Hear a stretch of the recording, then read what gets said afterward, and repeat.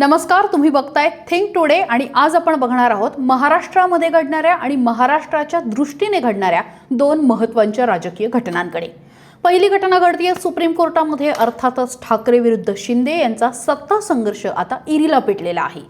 निवडणूक आयोगाने एकनाथ शिंदे गटाला दिलेली अधिकृत मान्यता आणि धनुष्यबाण चिन्हाचा निर्णय या विरोधामध्ये उद्धव ठाकरे गटाने सर्वोच्च न्यायालयामध्ये आव्हान दिलेलं आहे आणि या सुनावणीकडे आता सध्या संपूर्ण महाराष्ट्र बघतोय। अशाच पद्धतीची घटना ही राष्ट्रवादीमध्ये सुद्धा घडलेली आहे, त्यामुळे राष्ट्रवादीचं भवितव्य सुद्धा याच सुनावणीवर अवलंबून असल्याचं बोललं जाते।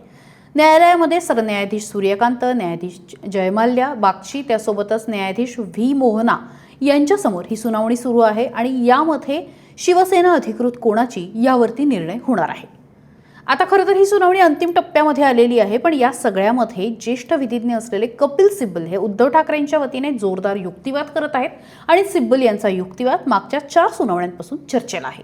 केवळ आमदारांच्या संख्येवरती राजकीय पक्षाची मालकी ठरवता येत नाही, पक्षाची संघटनात्मक रचना आणि पक्षाची घटना ही सर्वात महत्त्वाची असते, अशा पद्धतीची मांडणी सिब्बल करत आहेत। नेमकं न्यायालयामध्ये आज काय घडलं आणि कुठले मुद्दे पुढच्या काळामध्ये या केसमध्ये चर्चेत असणार आहेत, निर्णायक ठरणार आहे, हे सगळं मी तुम्हाला सांगतेय। व्हिडिओ शेवटपर्यंत बघा।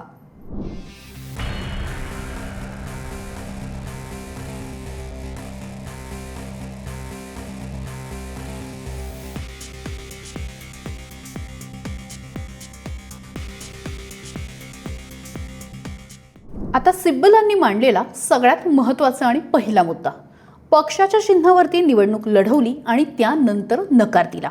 सिब्बल आज कोर्टामध्ये काय म्हणाले तर पक्ष चिन्ह आणि पक्षाच्या घटनेचा दाखला देत त्यांनी अनेक गोष्टी मांडल्या, ज्या चिन्हावरती पक्षाचे प्रमुख उमेदवाराला एबी फॉर्म देतात, ज्या चिन्हावरती तो संबंधित उमेदवार निवडणूक लढवतो, तो जिंकतो, मंत्रीही होतो, मात्र त्यानंतर विधानसभा अध्यक्ष ती घटना आणि ते चिन्ह नाकारतात, हे अत्यंत विरोधाभासी आहे, असं सिब्बल यांचं म्हणणं होतं। एका अर्थाने नार्वेकरांनी जो निर्णय दिलेला आहे त्याच्या विरोधामध्ये मांडणी सुद्धा कपिल सिब्बल करत आहेत। 2018 मध्ये बदललेल्या पक्षाच्या घटनेचा उल्लेख करत सिब्बल स्पष्टपणे म्हणाले की 2018च्या पक्षाच्या घटनेनुसार ज्यांना सर्व राजकीय फायदे मिळाले, ज्यांना सर्व पदं मिळाली, त्यांनीच नंतर त्या घटनेला मान्यता देण्यास नकार दिला। एकाच घटनेचा फायदा एका गटाला द्यायचा आणि दुसऱ्या बाजूला मात्र केवळ आमदारांच्या बहुमताच्या जोरावरती स्वतःला मूळ राजकीय पक्ष घोषित करायचं, हा निर्णय पूर्णपणे अयोग्य आहे, असं सुद्धा सिब्बल यांचं म्हणणं होतं। यानंतर सिब्बल यांनी जी मागची त्यांची घटना होती, ज्याला मान्यता होती 1999चा, त्याचा सुद्धा आधार घेतला आणि विधानसभा अध्यक्षांनी हा निर्णय नेमका कशा पद्धतीने घेतला, अशा पद्धतीचा सवाल जो आहे तो उपस्थित केला। या सगळ्या युक्तिवादाच्या दरम्यान सिब्बल यांनी अध्यक्षांच्या अधिकारांवरती प्रश्न उपस्थित केले। ते असं म्हणाले की विधानसभा अध्यक्षांना कक्षेत नसताना सुद्धा राजकीय पक्षाच्या नेतृत्वाची तुलना थेट 1999च्या पक्षाच्या घटनेशी केली। त्यानंतर पक्षाचे सध्याचं नेतृत्व रचनेनुसार योग्य नाही असा निष्कर्ष त्यांनी काढला। वास्तविक पाहता असा निर्णय घेण्याचा कुठलाही अधिकार हा अध्यक्षांच्या अधिकक्षेमध्ये येत नाही। बरं, याच्या पुढे सिब्बल असं म्हणाले की अध्यक्षांनी स्वतःच मान्य केलं की मूळ राजकीय पक्ष कोणता आहे किंवा त्या पक्षाचे प्रमुख कोण आहेत, असं असताना सुद्धा 1999च्या जुन्या घटनेचा आधार घेण्याचा प्रश्न उद्भवतच नाही। हे कोणतेही काल्पनिक किंवा केवळ अभ्यासापुरते प्रकरण नसून प्रत्यक्ष राजकारणाशी जोडलेला हा महत्त्वाचा मुद्दा आहे। लक्षात घ्या, सिब्बल यांच्या सुनावणीकडे आता लक्ष यासाठी द्यायचं आहे की याच्यावरती आता शिंदेंच्याकडनं नेमका कुठला युक्तिवाद केला जाणार आहे, हे महत्त्वाचं असणार आहे। आजच्या त्यांच्या संपूर्ण युक्तिवादामध्ये विधानसभा अध्यक्षांच्या अधिकारांवरती त्यांनी जोरदार सगळे प्रश्न उपस्थित केलेले आहेत आणि त्या मुद्द्यावरती आजची संपूर्ण सुनावणी जी आहे ती झालेली आहे। बंडखोर गटाने नियुक्त केलेला व्हिप किंवा गटनेता वैध असल्याचा जो निर्णय अध्यक्षांनी दिला तो पूर्णपणे घटनाविरोधी होता। इतकंच नाही तर या निर्णयामुळे संविधानातल्या 10व्या अनुसूचीच्या मूळ गाभ्यालाच सुरुंग लागला, असं सुद्धा त्यांचं म्हणणं होतं। ज्या राजकीय पक्षाच्या चिन्हावरती आणि तिकिटावरती लोकप्रतिनिधी निवडून येतात त्या पक्षाचं आदेश पाळणं आणि लोकप्रतिनिधींवरती ते बंधनकारक असतं, मात्र अध्यक्षांनी विधिमंडळ पक्ष आणि मूळ राजकीय पक्ष अशा दोन्ही वेगवेगळ्या संकल्पनांची सरमिसळ केली आणि हा चुकीचा निर्णय दिला। 21 जून रोजी पक्षाच्या मूळ संघटनेमध्ये कोणतंही बहुमत सिद्ध करण्याची वेळ आली नव्हती। पक्षाच्या बहुसंख्य घटकांचा आणि मूळ संघटनेचा आपल्याला पाठिंबा आहे असा कोणताही दावा बंडखोर गटाने 21 जूनला केला नव्हता, असं सुद्धा सिब्बल यांचं म्हणणं आहे। हा दावा त्यांनी 19 जुलैला केला। त्यामुळे 21 जूनला राजकीय पक्षात कोणतीही उभी फूट पडलेली नव्हती हे स्पष्ट आहे. तुम्ही लक्षात घ्या, या तारखा ज्या आहेत ना, या पुढच्या काळामध्ये प्रचंड महत्त्वाचा रोल प्ले करणार आहे आणि या सगळ्या मुद्द्यावरती आज कपिल सिब्बल बोललेले आहेत. त्यामुळे आता कपिल सिब्बल यांचा आजचा युक्तिवाद संपलेला आहे. पुढची तारीख लवकरच जाहीर होईल. मात्र शिवसेनेची ही जी केस आहे, हा जो खटला आहे, तो आता अंतिम टप्प्यात आलेला आहे. असं असलं तरी फक्त सिब्बलांचा युक्तिवाद समोर ठेवून चालणार नाही. याच्यावरती आता शिंदेंच्याकडचे जे वकील आहेत त्यांचा सुद्धा मोठा युक्तिवाद होणार आहे. त्याच्यामध्ये हरीश साळवेंसारखे सुद्धा नावाजलेले वकील आहेत. अनेक महत्त्वाची वकिलांची फौज ही शिंदेंनी सुद्धा तिथे सुप्रीम कोर्टामध्ये दिलेली आहे. या व्यतिरिक्त महाराष्ट्राचे अधिवक्ता जे आहेत त्यांचा सुद्धा युक्तिवाद यामध्ये होणार आहे, कारण सरकारला सुद्धा याच्यामध्ये पार्टी केलेला आहे. त्यामुळे आता या सगळ्या केसमध्ये काय होतं हे बघावं लागेल. तुर्तास आता आपण पुढच्या विषयाकडे जाऊया. हार के जीतने वाले को बाजीगर कहते हैं. आणि हे वाक्य मला आठवलं विनोद तावडे यांच्या बाबतीत.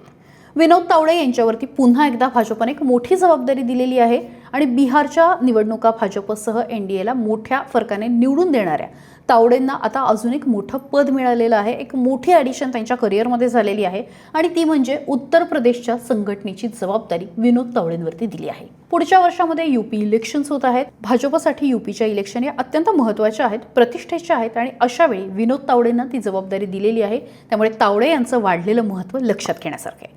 बघा, सुनील बन्सल यांच्याकडे ही जबाबदारी होती. ते उत्तर प्रदेशच्या संघटन महामंत्री पदावरती होते. त्यांना दूर करण्यात आलं आणि त्यानंतर मागच्या काही वर्षापासून कुठल्याही मोठ्या नेत्याला ही जबाबदारी देण्यात आली नव्हती.